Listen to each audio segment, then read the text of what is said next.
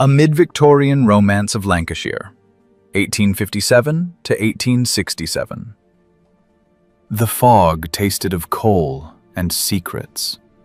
Perdita Sinclair pressed her handkerchief to her mouth as she descended from the hired carriage onto Ancoats Street, where the mills rose like iron cathedrals against the bruised Manchester sky.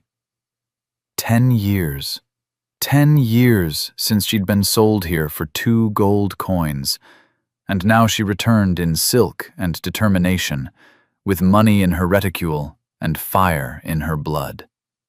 The mills hadn't changed.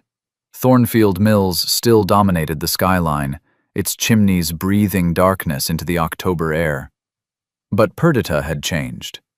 She was 27 now, not the terrified 17-year-old girl who'd arrived with nothing but the clothes on her back and her father's gambling debts hanging round her neck like a noose. "Mum, are you certain?" The driver peered down at her, nervous. "This isn't a place for ladies." She almost laughed, as if she hadn't spent 3 years sleeping in a room no bigger than a coal cellar, as if her hands hadn't been stained black with machine oil and blood. "I'm certain. Return in 2 hours." The Workers' Relief Society occupied a narrow building wedged between a pawn shop and a public house. Perdita had purchased it 6 months ago under a false name, using money she'd earned through methods society would find scandalous, running a medical clinic from her small cottage in rural Cheshire, treating mill workers who couldn't afford proper physicians, investing in railway shares with the precision her father had never possessed for cards. Inside, the meeting room smelled of damp wool and determination. 30 workers, spinners, weavers, doffers, all with the particular gauntness of people who chose between bread and coal, turned to look at her. Matthias Holt stood at the front, his broad foreman's shoulders blocking the weak firelight. "She's here," Matthias said simply. His voice carried the flat vowels of Lancashire, words worn smooth as river stones. "The one I told you about. Mrs. Kingsley." Mrs. Kingsley. Her adopted name, borrowed from a dead aunt. In this room, she was their anonymous benefactor, the woman who paid for the doctor, who ensured the children had milk, who'd somehow convinced 3 mill owners to install safety guards on their machines. 3 mill owners. But not the 4th. Never the 4th. "We need to talk about Thornfield Mills," Perdita said, removing her gloves with steady hands, even as her pulse hammered against her corset stays.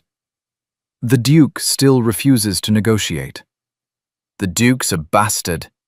This from a young woman with a healing burn across her forearm. "Begging your pardon, ma'am, but he is. His machines took my sister's hand last month." 12 years old she was. He sent round a doctor and £5, and thought that'd be enough. Perdita's jaw tightened. "It's not enough. We need the Factory Act extended, need inspections that actually happen, need him to remember he's human," Matthias interrupted. His eyes met hers, and she saw the question there, the same question he'd been asking for 6 months. "Why do you care so much about Thornfield specifically?" Because 10 years ago, Rhys Tremaine, Duke of Thornfield, had saved her life by purchasing her like livestock. Because he'd given her work instead of the fate her father's creditors had planned. Because in 3 years working in his mills, she'd never once seen him visit, never once heard him acknowledge the people who made his fortune. Because she'd been 17 and stupid enough to mistake necessity for kindness. "I'll speak to him myself," Perdita heard herself say. "I'll request an audience." The room erupted in protest. "He don't give audiences to the likes of us. He'll have you thrown out." "Ma'am, respectfully, you don't know what you're asking."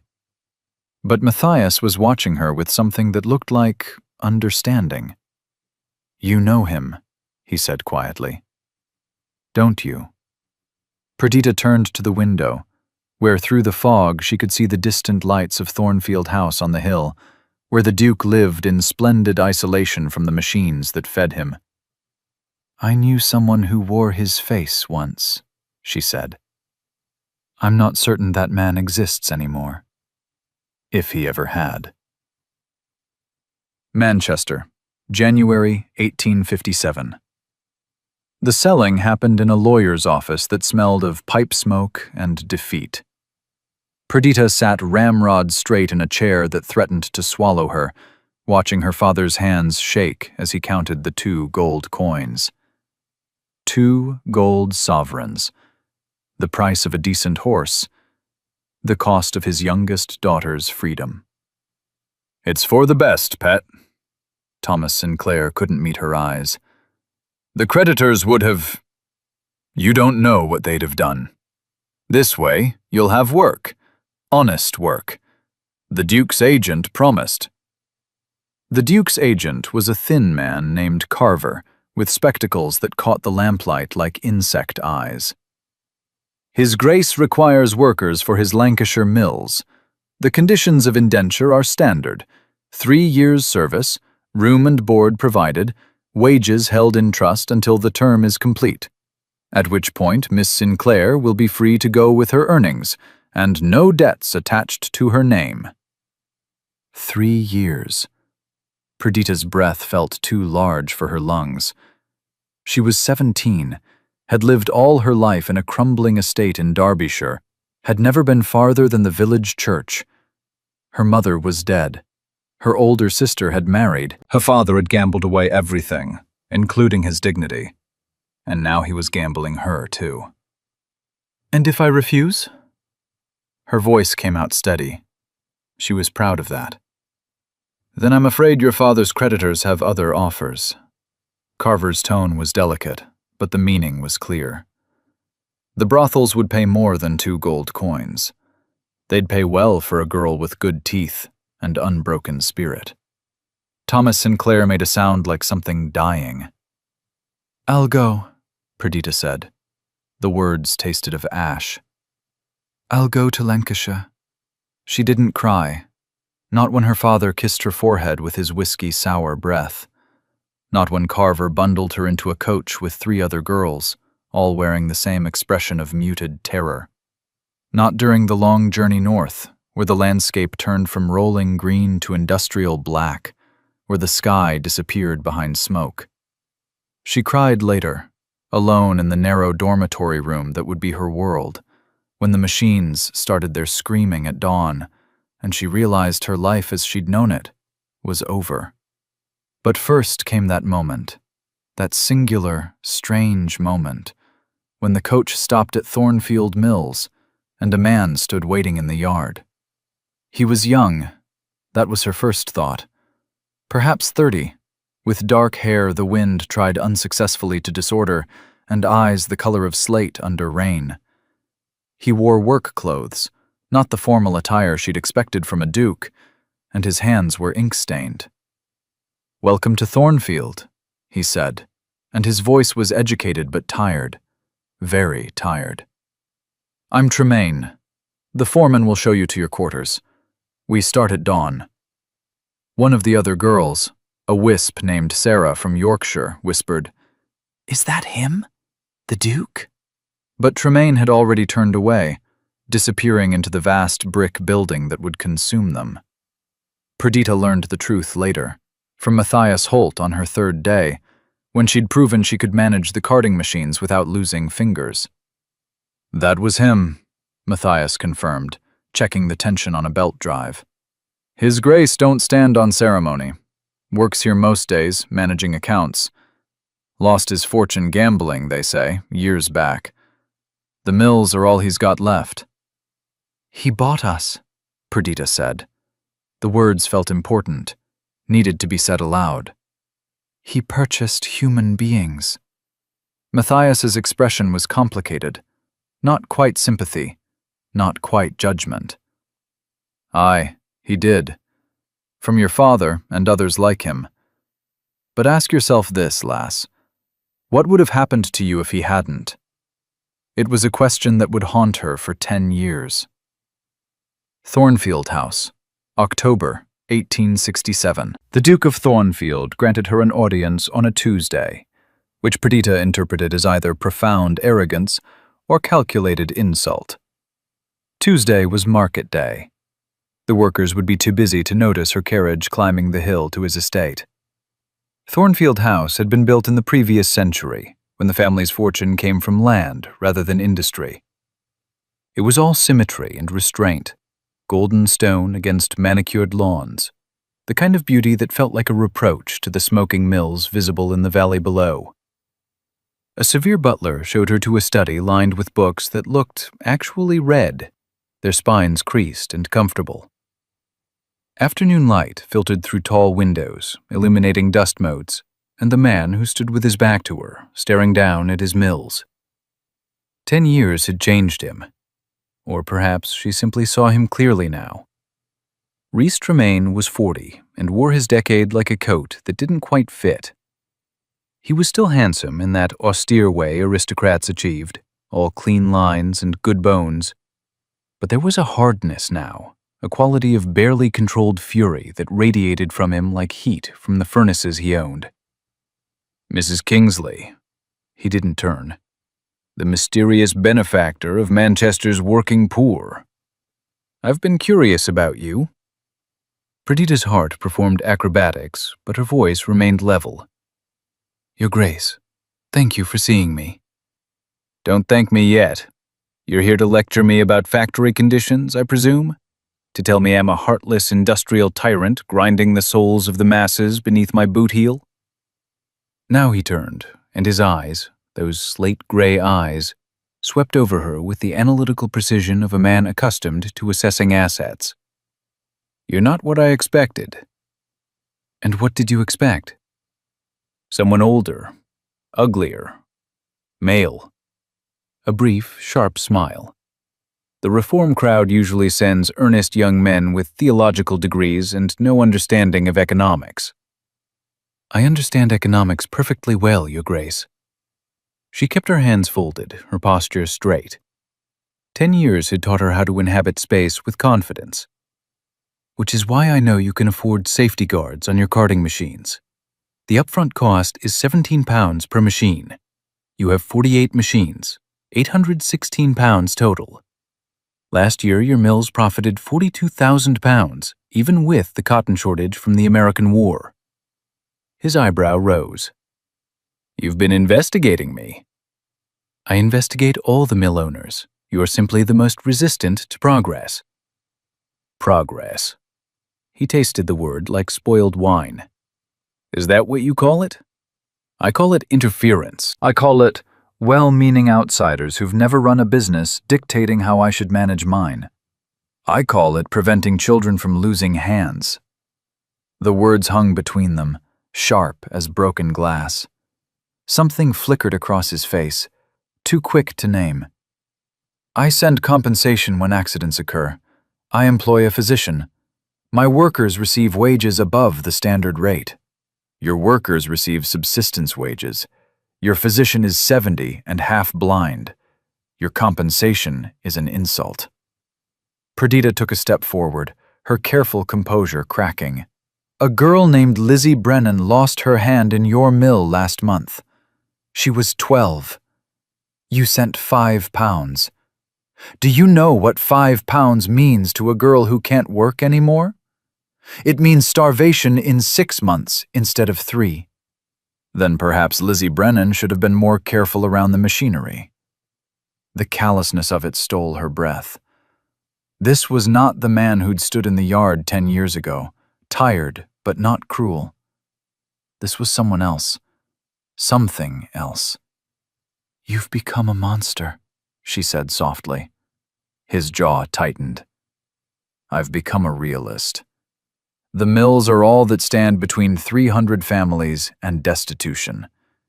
If I install expensive safety equipment, if I reduce hours, if I meet every demand of your reform societies, I'll be forced to cut wages or cut workers. You think you're helping? You're not. You're making it worse. That's a convenient lie you tell yourself. It's economic reality. He moved closer, and she caught the scent of him. Book leather and something darker.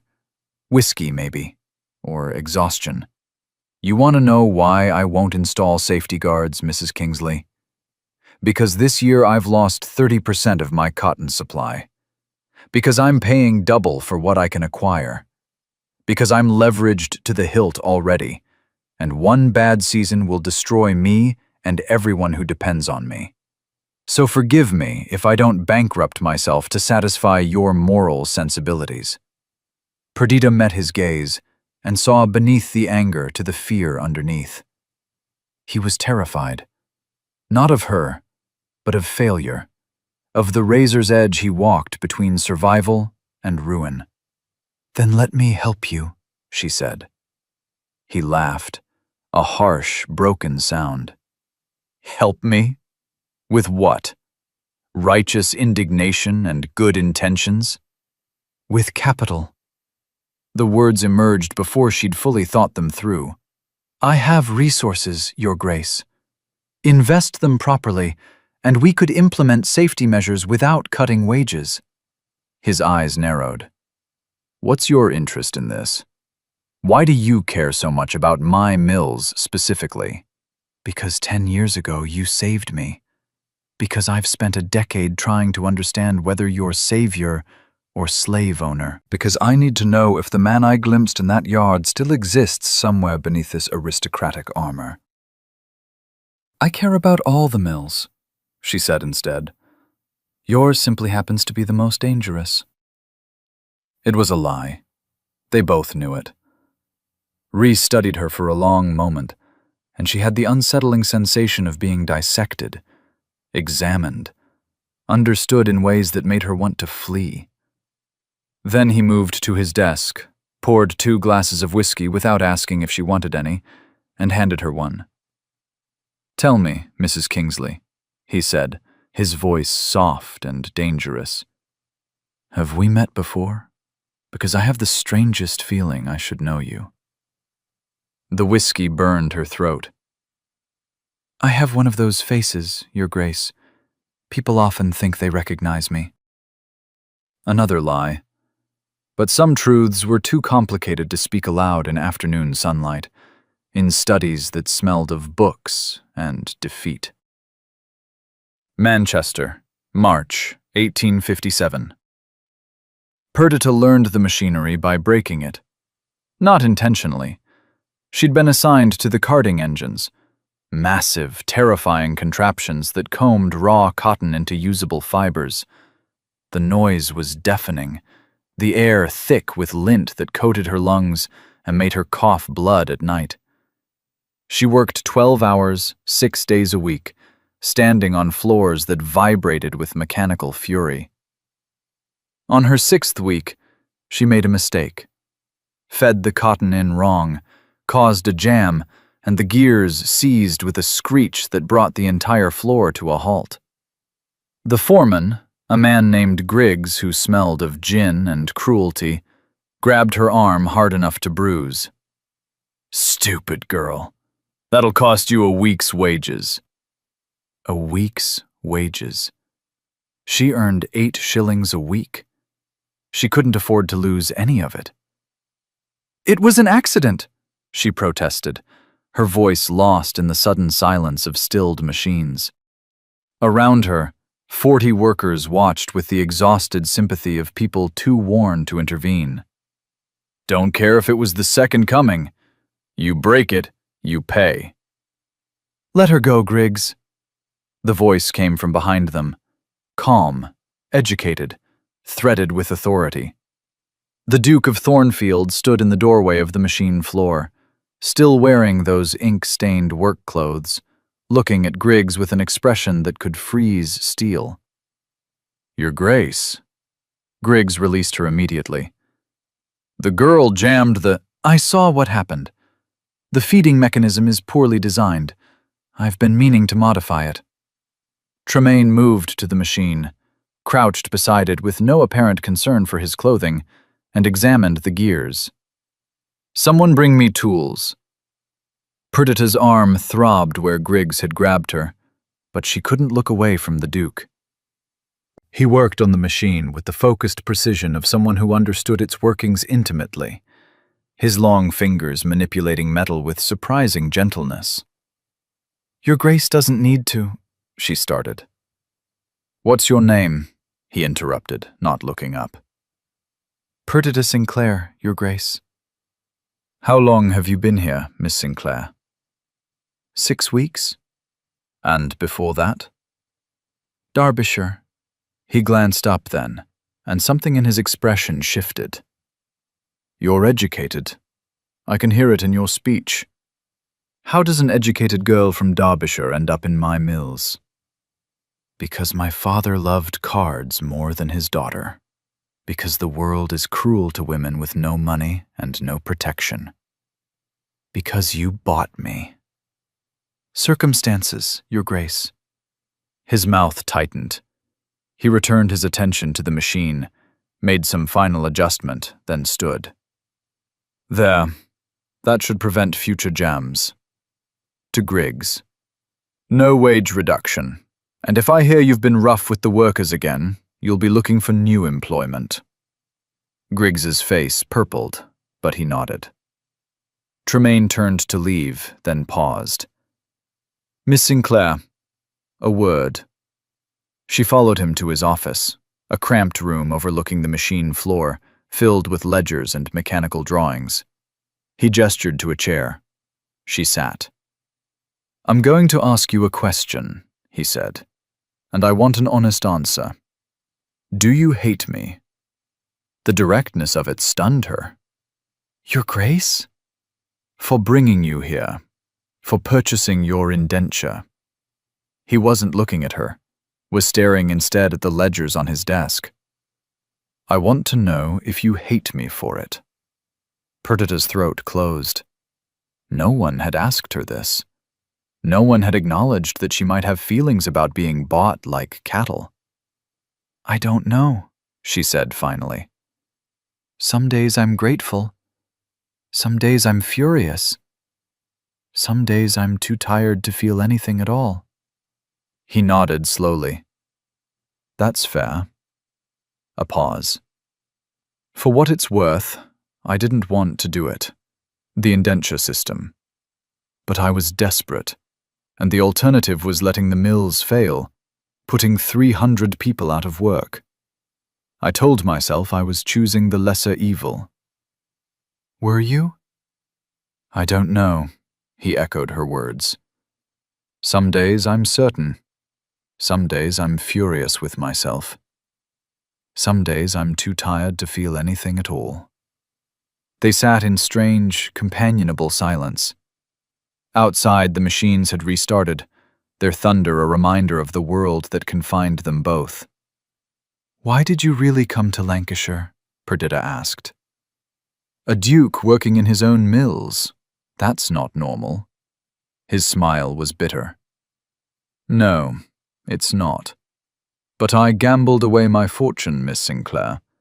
Lost everything except the mills in a single night of spectacular stupidity. Now I work here because I have no choice. Because this place is my penance, and my salvation, and my prison." He looked at her directly then. "We're alike in that way, I think. Both trapped by circumstances we didn't choose." It was the most honest thing anyone had said to her since her mother died. "I should return to work," Perdita said, standing. "Wait." He opened a drawer, pulled out a book, a volume of poetry, well worn. "I noticed you reading during lunch. Ovid, badly hidden under your apron. You can borrow this. Return it when you're finished." She took the book with trembling hands. It was Wordsworth.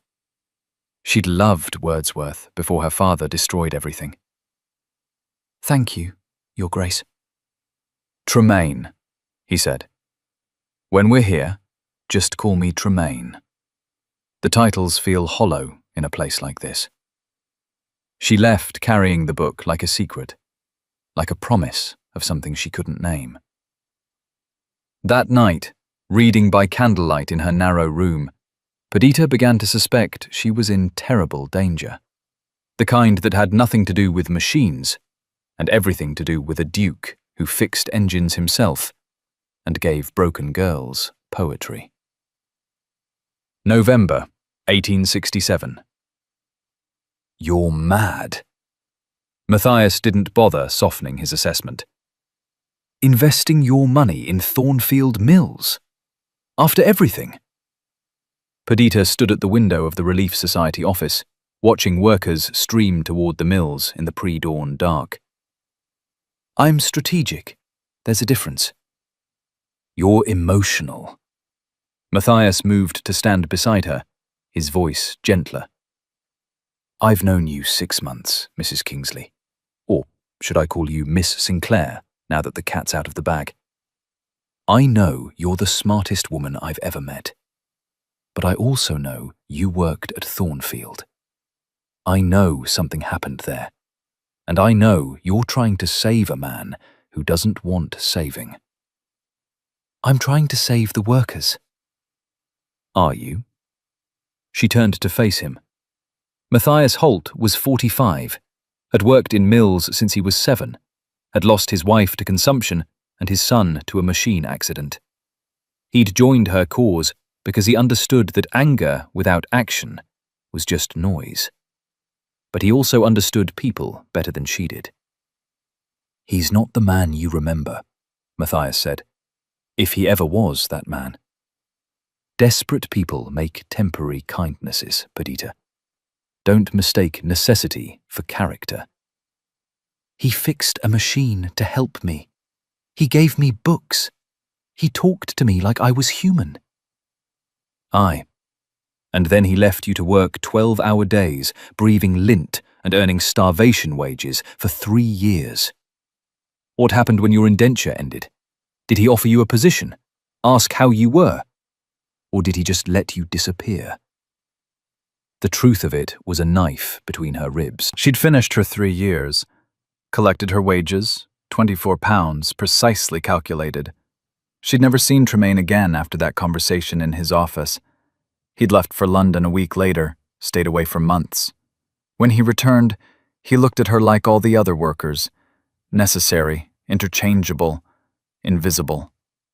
She'd tried once, foolish, desperate, to speak to him, had waited by his office, gathered her courage, but he'd walked past her without a glance, talking to Carver about profit margins and cotton futures, and she'd understood then that whatever connection she'd imagined had been entirely one-sided.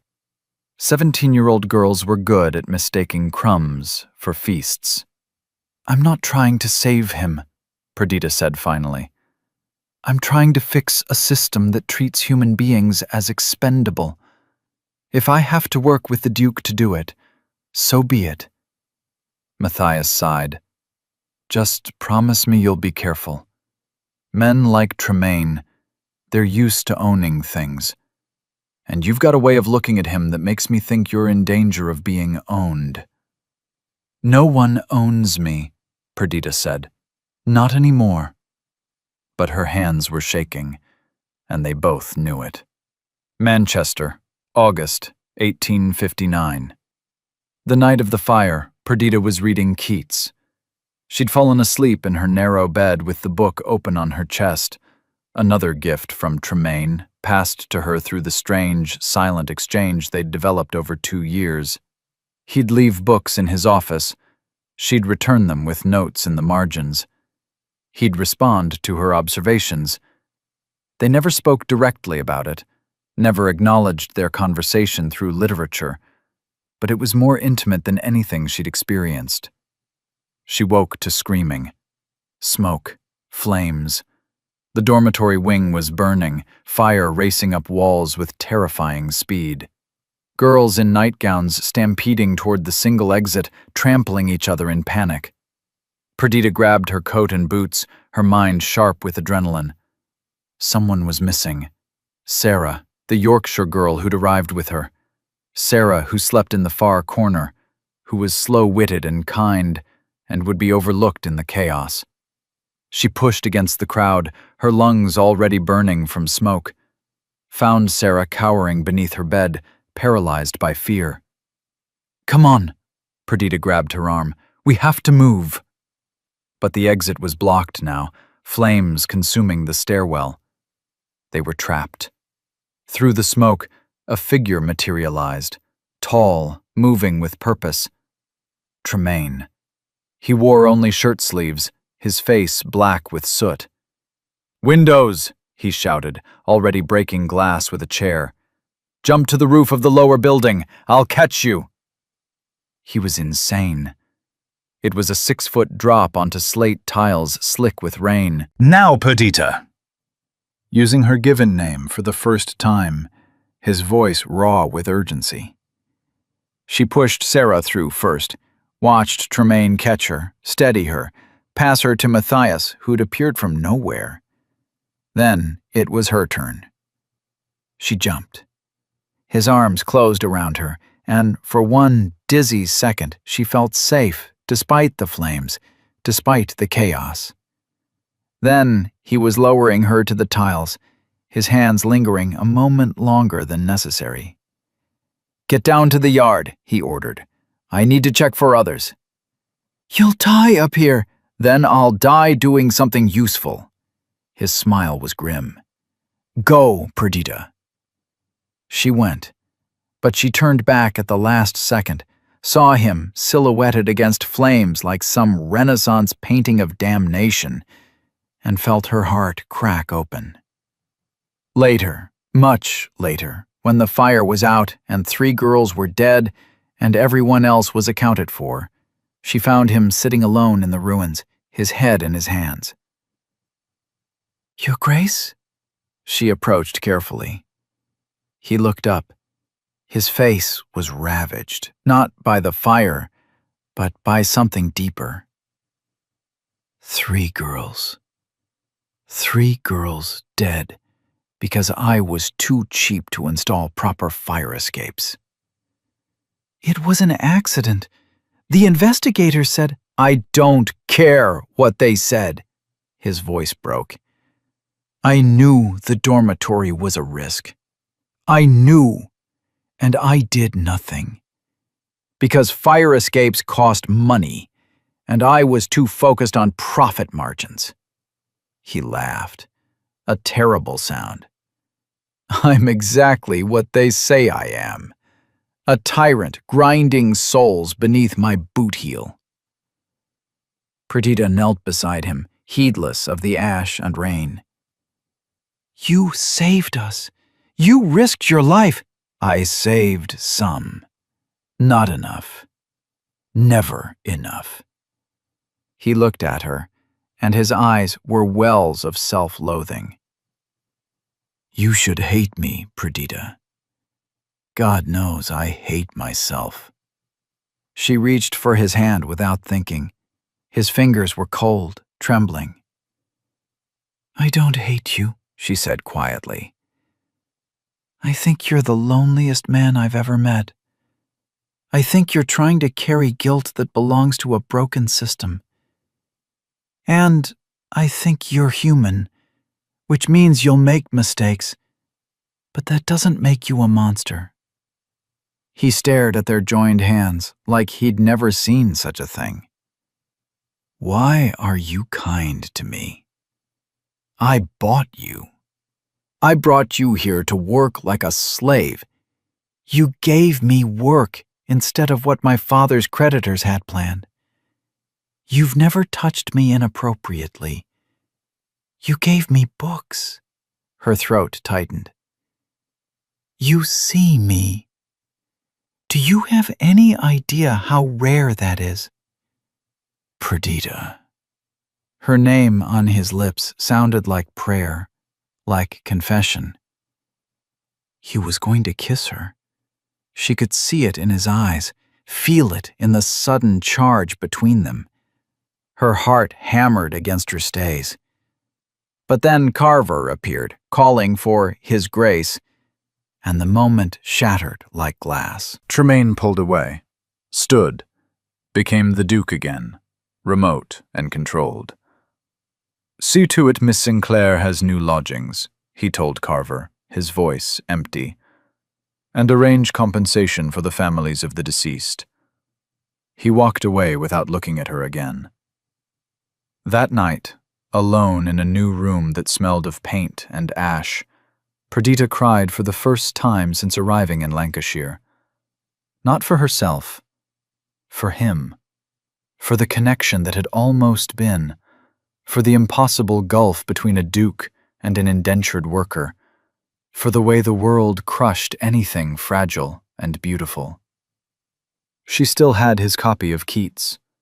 She read it until dawn, memorizing the passages he'd marked, trying to understand the man through his marginalia. "A thing of beauty is a joy forever." He'd written beside this, "But we destroy what we cannot afford to keep." She understood then. Whatever had been growing between them, it couldn't survive. He wouldn't let it. He'd destroy it before it destroyed him. Some prisons were built of responsibility and fear rather than walls. Thornfield Mills, December 1867. The deal was struck in December, over account books and industrial silence. Perdita brought her banker, a progressive Quaker named Josiah Wright, who believed in workers' rights and profitable investments. Tremaine brought Dr. Tobias Ashworth, his physician friend and apparently his only confidant. They met in Tremaine's office, where the mechanical drawings on the walls had multiplied like accusations. "Mrs. Kingsley proposes investing £8,000, Josiah explained, his quiet voice at odds with the enormous sum. "In exchange for a partnership arrangement, 40% of profits above the baseline, and decision-making authority regarding worker safety measures." Tremaine's expression was unreadable. "That's not an investment. That's a hostile acquisition." "It's an opportunity," Perdita corrected. "You get capital to modernize equipment and weather the cotton shortage. I get assurance that your mills will meet basic safety standards. Everyone wins." "Except I lose control of my own business." "You lost control the moment you leveraged yourself beyond sustainability." She kept her voice level, despite the flutter in her chest. "This arrangement saves your mills and your workers. Your pride is not more important than children's hands." His jaw tightened. For a moment, she thought he'd refuse, thought the negotiation would collapse into the same stalemate they'd been locked in for months. Then Dr. Ashworth cleared his throat. "Reese, listen to her." Something in the physician's tone made Tremaine pause, made him actually look at Perdita, not through her, not past her, but at her. "Why are you really doing this?" he asked quietly. "And don't tell me it's about all the mills. I've investigated you, Mrs. Kingsley. You've invested in other factories, yes, but never with terms this aggressive, never with this level of personal involvement. So I'll ask again. Why my mills, specifically?" The room held its breath. Perdita could lie, could maintain the fiction of Mrs. Kingsley, disinterested reformer, could protect herself. Or she could tell the truth and risk everything.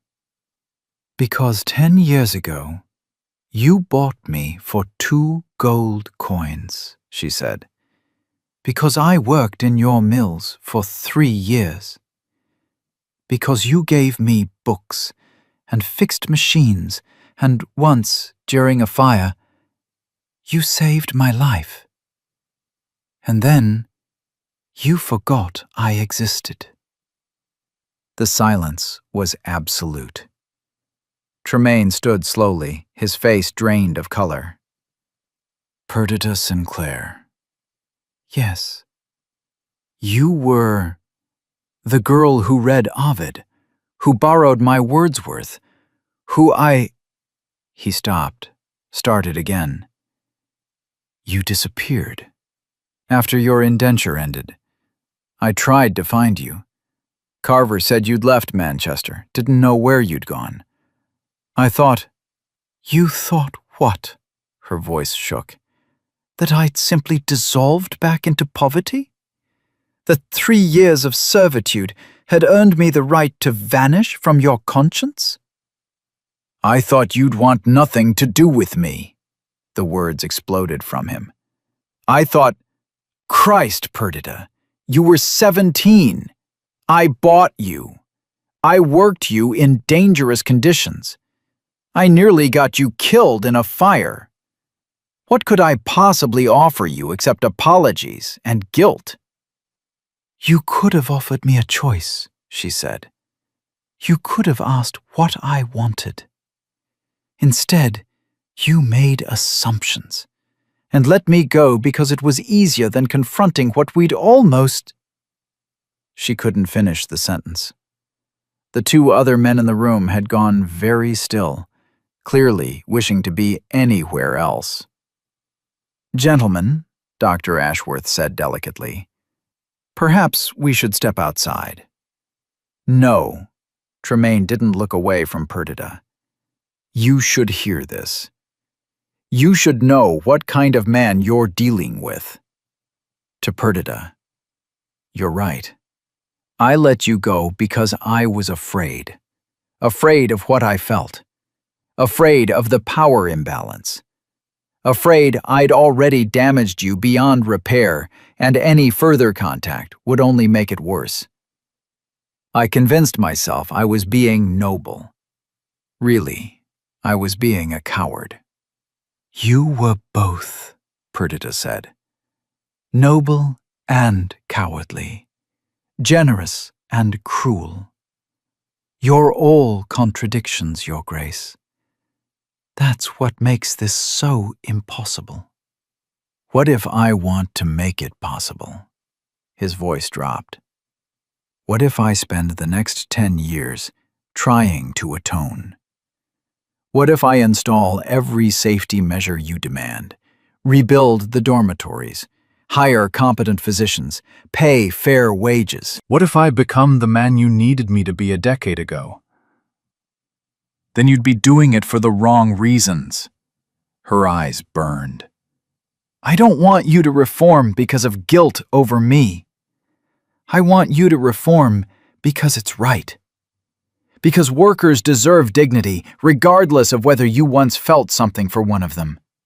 He flinched as if struck. Josiah cleared his throat. Perhaps we should table this discussion and focus on the business arrangement. No! Tremaine moved to his desk, pulled out papers. I'll sign. £8,000, 40% above baseline, full partnership on safety decisions. But I have one condition. Perdita waited. You work here, he said. Not in the mills. As my partner. Full access to the books, to the operations, to every decision. You want to reform this place? Do it properly.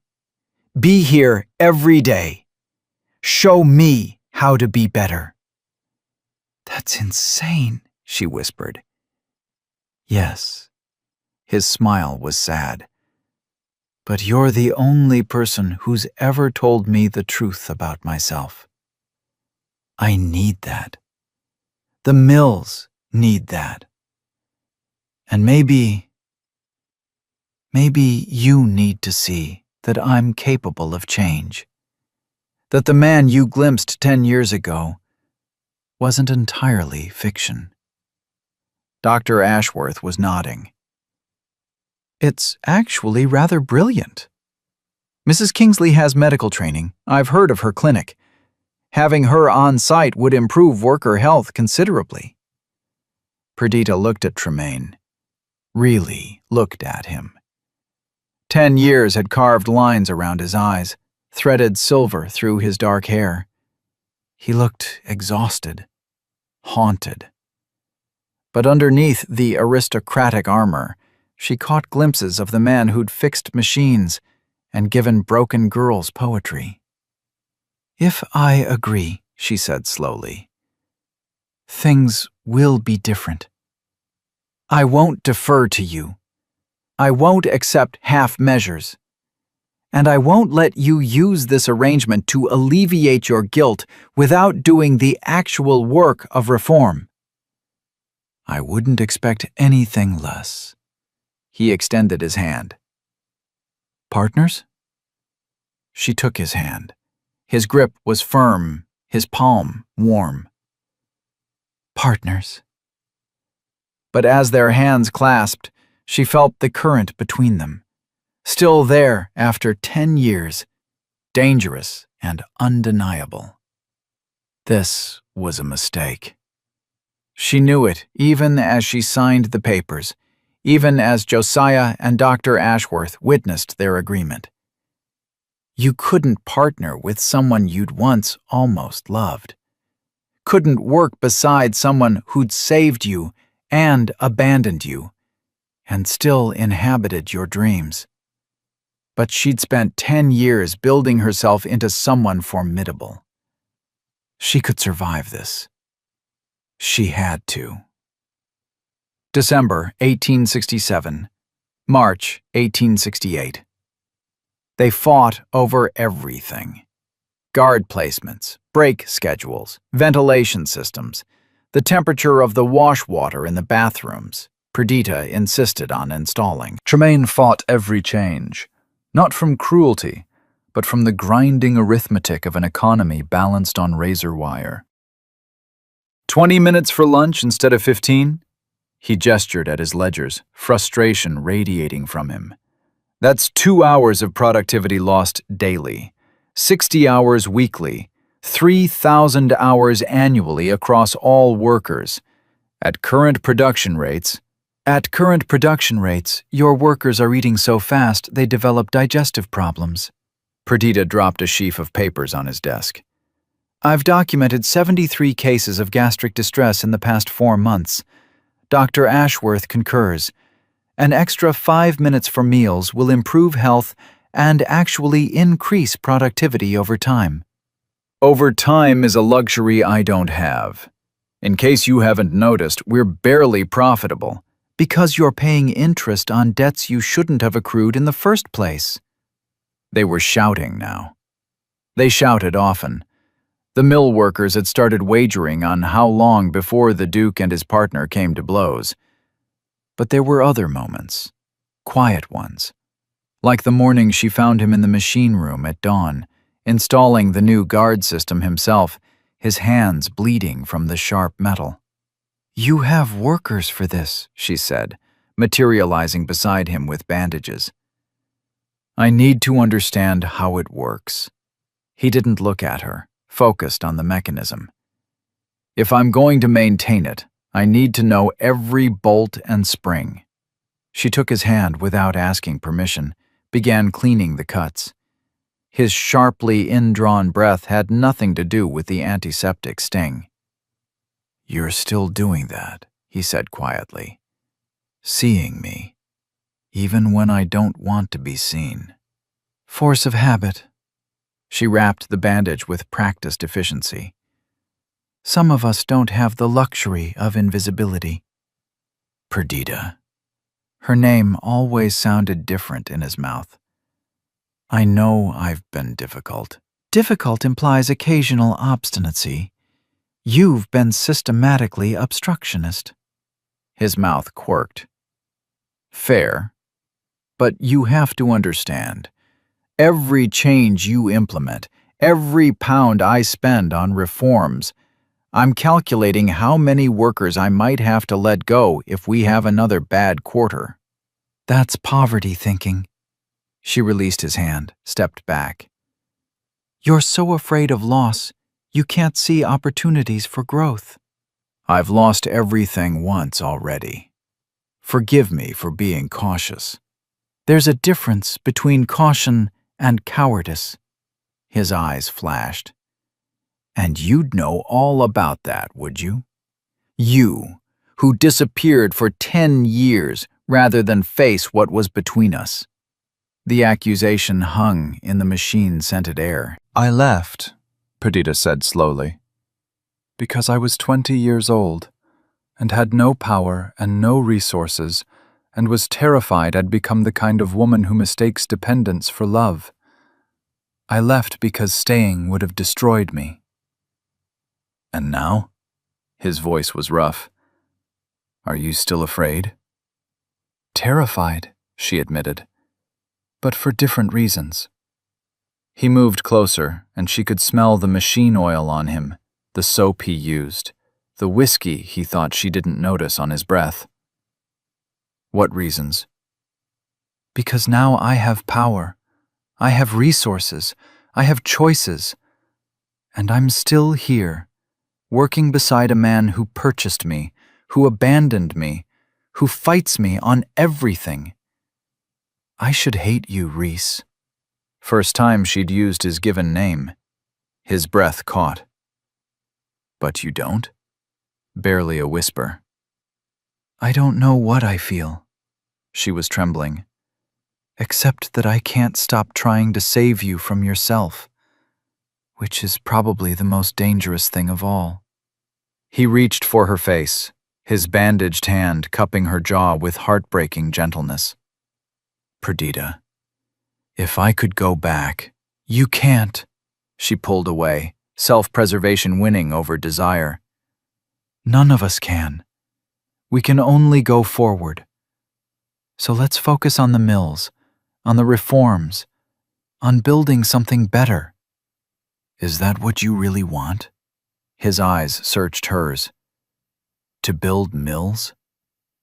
No, she wanted to lean into his touch, wanted to close the distance between them, wanted to discover if the connection they'd almost had 10 years ago could survive in the present. But that way lay madness. It's what I'm here for, she said firmly. Partners, remember? Let's act like it. She walked away before she could change her mind. Behind her, she heard him exhale, a sound of frustration and resignation, and something that sounded perilously close to longing. April 1868. The letter arrived on a Tuesday. Fitting, since Tuesdays had a way of upending Perdita's world. It was from her father.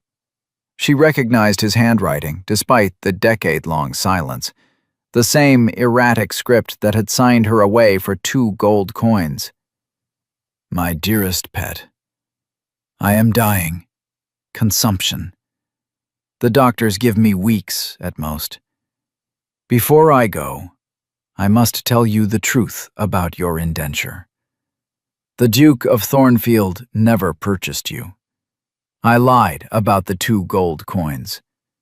The creditors were coming. They were going to sell you to a brothel. I went to Thornfield in desperation, begged him for work for you. He refused initially, said he had no positions available. I got down on my knees, told him what would happen to you. He stood there for the longest time, just thinking. Then he went to his safe, took out 2 gold sovereigns from his own pocket, and put them on the desk. Tell her I bought her indenture, he said. Tell her it's standard terms, 3 years, then freedom. She'll be safer believing she's property than knowing she's charity. He gave me the money for traveling expenses, paid me to lie to you so you wouldn't feel beholden, so you wouldn't know he'd saved you out of pure kindness. I kept the coins, gambled them away the same night. I've kept his secret all these years because I was ashamed. But you deserve to know. The Duke never enslaved you. He freed you from slavery and let you hate him for it. I'm sorry, pet. For everything. Your father. The letter slipped from Perdita's hands. 10 years. 10 years of believing she'd been bought. 10 years of resentment mixed with confused gratitude. 10 years of measuring every kindness against the fundamental wrong of being purchased. And it had all been fiction. She thought of Tremaine's face when he'd talked about bringing her to Lancashire. I didn't want to do it. The indenture system. But I was desperate. Not desperate for workers, desperate to save her while giving her a fiction she could survive. She thought of how he'd avoided her after their near kiss during the fire, not because he'd lost interest, but because she'd believed herself his property, and any relationship between them would have been poisoned by that invented power imbalance. She thought of his shock when she'd revealed herself as Mrs. Kingsley. I tried to find you. I thought you'd want nothing to do with me. The entire foundation of her understanding had been a lie, a kindness disguised as cruelty. Perdita was going to kill him, or kiss him, possibly both. She found him in the machine room, supervising installation of the new ventilation system she'd finally bullied him into accepting.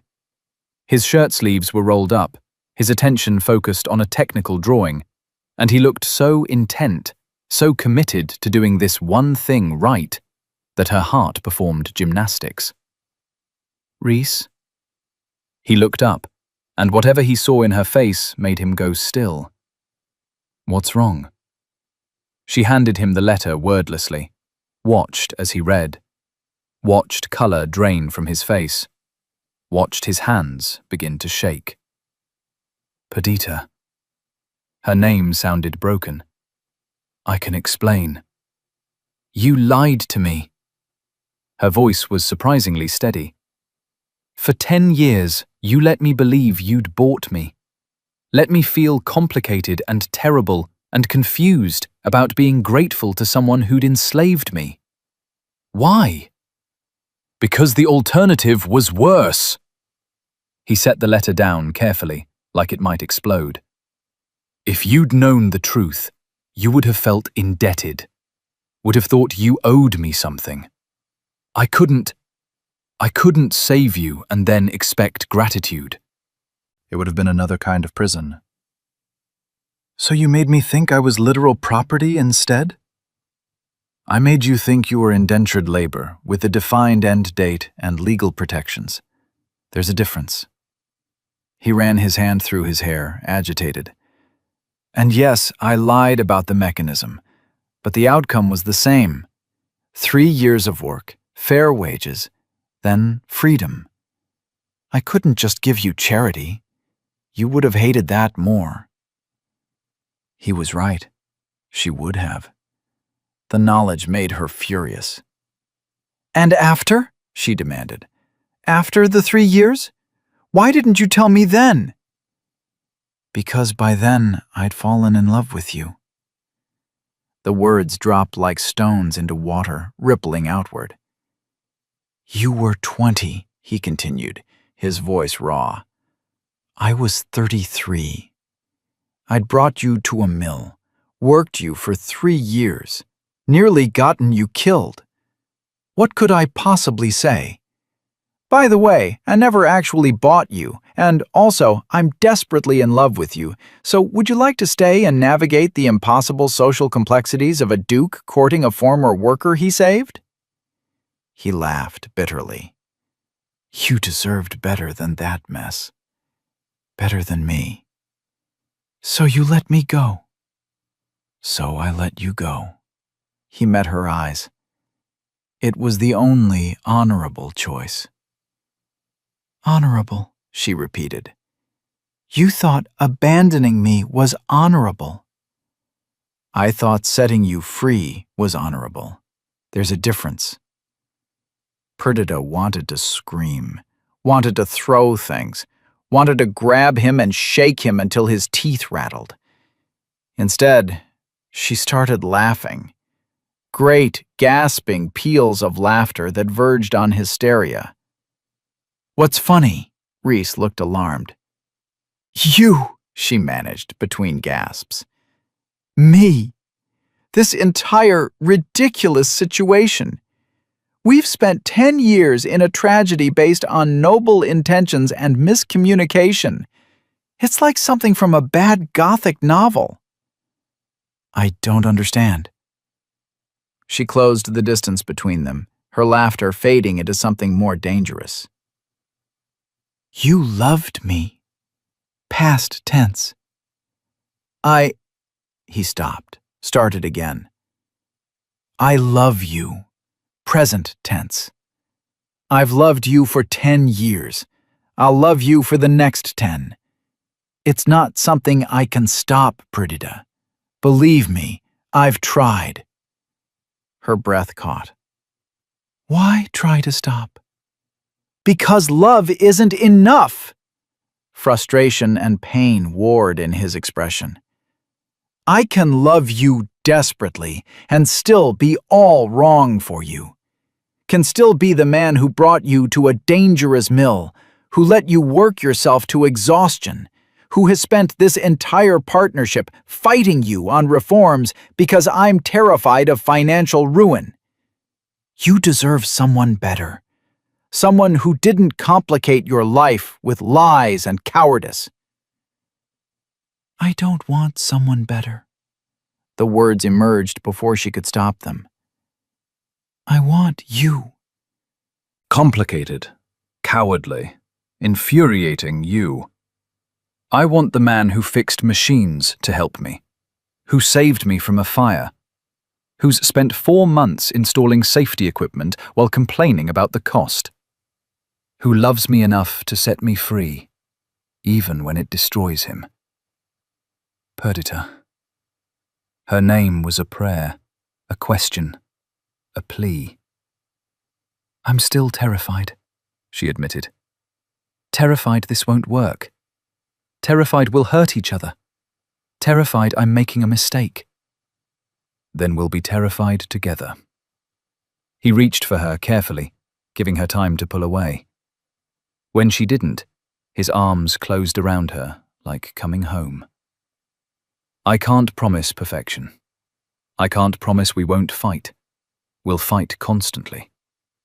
But I can promise I'll spend every day trying to be worthy of you. You already are, she whispered against his chest. You just can't see it. He pulled back enough to look at her face, his hand cupping her jaw the way he'd almost done 10 years ago during the fire. May I kiss you?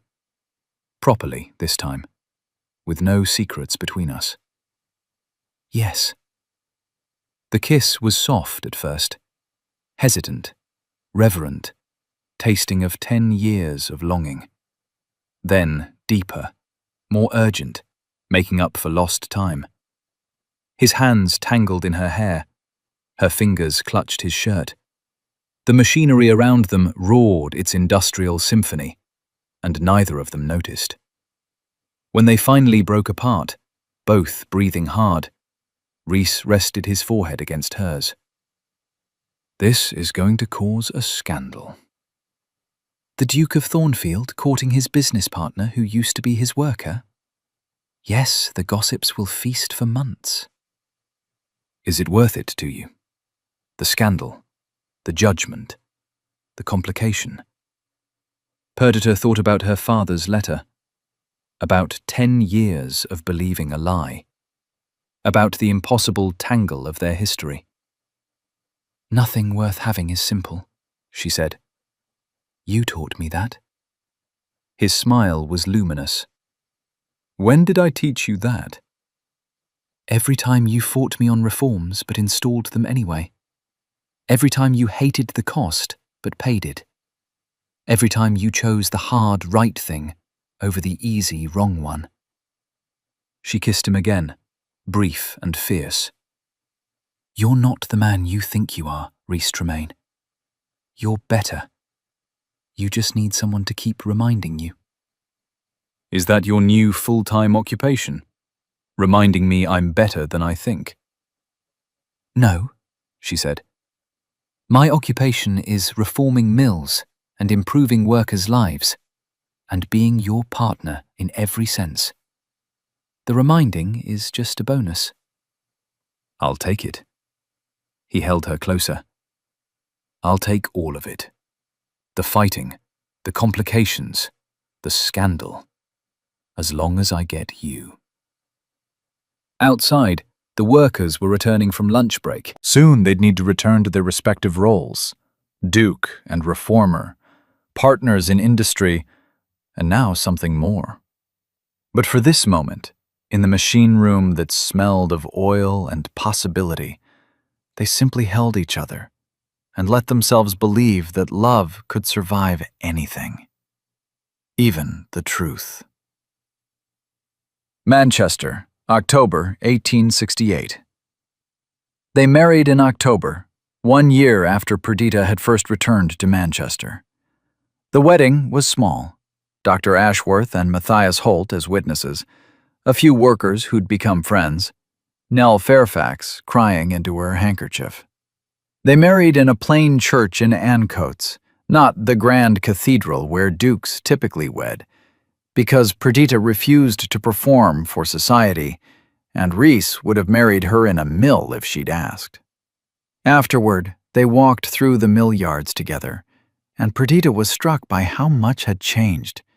New dormitories with proper fire escapes, machines with safety guards, a clinic where she worked 3 days a week, treating workers and teaching basic hygiene. Shorter hours, better wages. It wasn't perfect, would never be perfect, but it was better. "Penny for your thoughts, Mrs. Tremaine." Rhys's hand found hers. She'd kept her own name for business. Let him introduce her as his wife in society. Another compromise in a relationship built on negotiation. "I was thinking," she said, "about the day I arrived here. Terrified and 17, and certain my life was over." "And now?" "Now I'm 27, and still terrified, but for better reasons." She smiled at him. "Mostly terrified you'll find someone who argues with you less." "Impossible. You're the perfect level of argumentative." He pulled her closer. "Besides, I signed a contract. 40% of profits above baseline and decision-making authority regarding safety measures. You're stuck with me." "Such romance." "I can be romantic." He gestured grandly to the smoking chimneys. "Behold, industrial Manchester, the poetry of progress, the—" She kissed him to stop the terrible speech.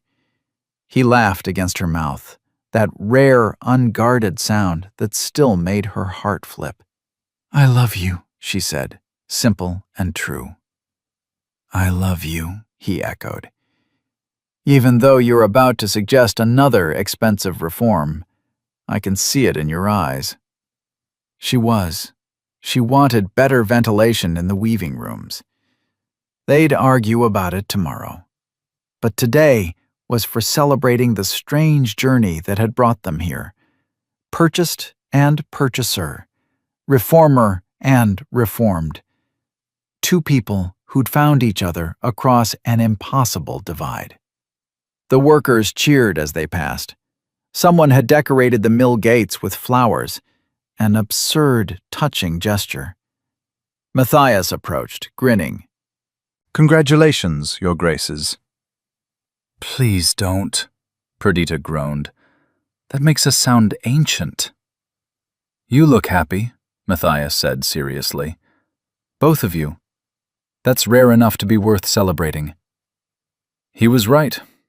Happiness was rare in places like this, in industrial Manchester where the air tasted of coal and survival was measured in shillings and safety in inches. But they'd built something here. Not perfect, but real. A partnership based on honesty and argument and love that had survived secrets and lies and 10 years of separation.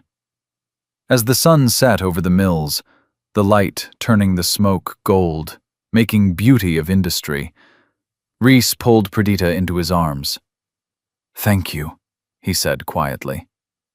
"For what?" "For coming back. For giving me a second chance.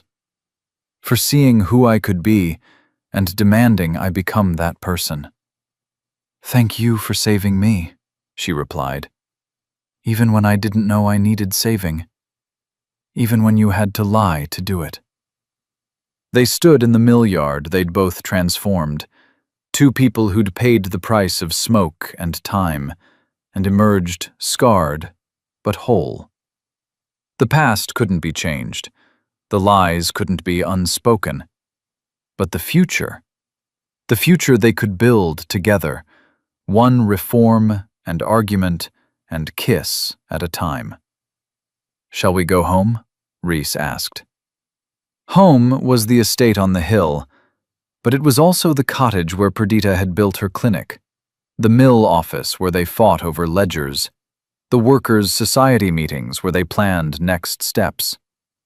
Home was wherever they stood together.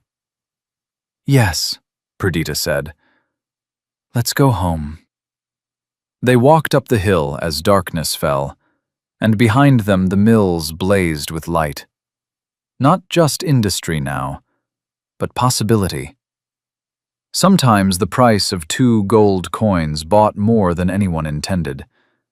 Sometimes it bought freedom, redemption, and the love story written in machine oil and margin notes and 10 years of longing. Sometimes, against all odds, it bought hope.